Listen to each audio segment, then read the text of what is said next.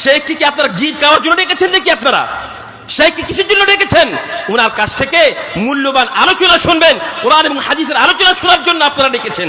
আপনারা যদি মনে করেন যে আমরা শেখকে ডেকেছি এই গীত শোনার জন্য, বা খুব সুন্দর করে আমাদেরকে গান শোনাবে, গাজাল শোনাবে, তার জন্য আমরা ডেকেছি, তা আপনার নিজের থেকে নাচ গান করা বেশি ভালো। সম্মানিত উপস্থিতি, আমাদের ভিতরে ইমানের অত্যন্ত কমি রয়েছে। আমরা শেখের সামনে যখন নাম লিখছি তো কি লিখছি? ভোজপুরি। আপনাকে শরম লাগে না? আপনি একজন বক্তার সামনে ভোজপুরি বলতে চাইছেন যে এই ভোজপুরি বক্তা ভোজপুরি শব্দে আমাদেরকে গানের মতো করে শোনাবে, আমাদেরকে গীত শোনাবে। আপনাদেরকে এই ভোজপুরি লিখতে শরম লাগে না? আপনি শুধুমাত্র শেখ আব্দুল শাকুর রহিমি লিখতে পারলেন না? দায়ী কে? এ দায়ী হচ্ছে আমরা, আমাদের মাদ্রাসা কমিটি, আমাদের জালসা কমিটি, আমাদের সমাজের লোকেরা। সম্মানিত উপস্থিতি, এই ধরনের লক্ষ লক্ষ জালসাও যদি করেন আমাদের সমাজের উন্নতি হবে না।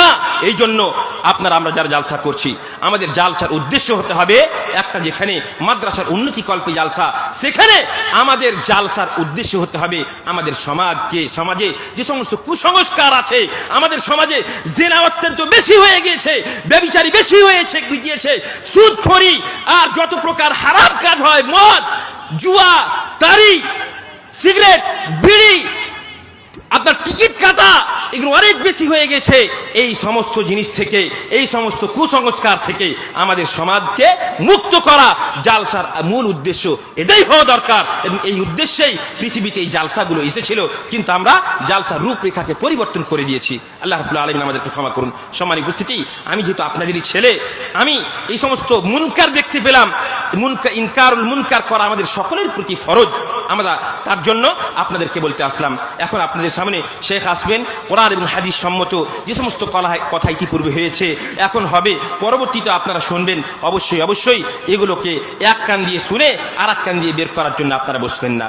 আপনি এখানে বসে থাকেন এই উদ্দেশ্যে, আমি আমার জীবনকে পরিবর্তন করব, আমি কোরআন এবং হাদিসকে নিজের জীবনে বাস্তবায়ন করব, আমি রাসূলুল্লাহ সাল্লাল্লাহু আলাইহি ওয়াসাল্লামের জীবনীকে নিজের জীবনে বাস্তবায়ন করব, নামাজমুখী হব, ইসলামমুখী হব, কোরআনমুখী হব, কোরআন এবং হাদিসকে শিখব, পিতামাতার সেবা করার দিকে আমি অগ্রসর হব। এই মনস্কামনা নিয়ে, এই চিন্তাধারা নিয়ে আপনি যদি বসেন তাহলে আপনার লাভ হবে। আর যদি গীত শোনার জন্য আর বক্তাকে মূল্যায়ন করার জন্য যদি বসেন, তাহলে সকালে গিয়ে আপনি গুজব করবেন, আপনার সমস্ত নেকি ধূলিসাৎ হয়ে যাবে।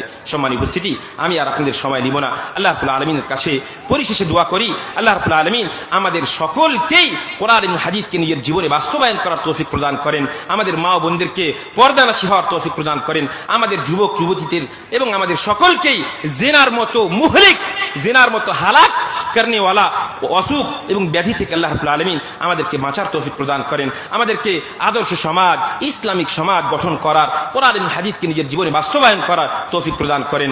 আমিন। ওয়া আখিরু দাওয়ানা আনিল হামদুলিল্লাহি রাব্বিল আলামিন ওয়া সাল্লাল্লাহু ওয়া সাল্লামা আলা নবিয়িনা মুহাম্মদ। ওয়াসসালামু আলাইকুম ওয়া রাহমাতুল্লাহ।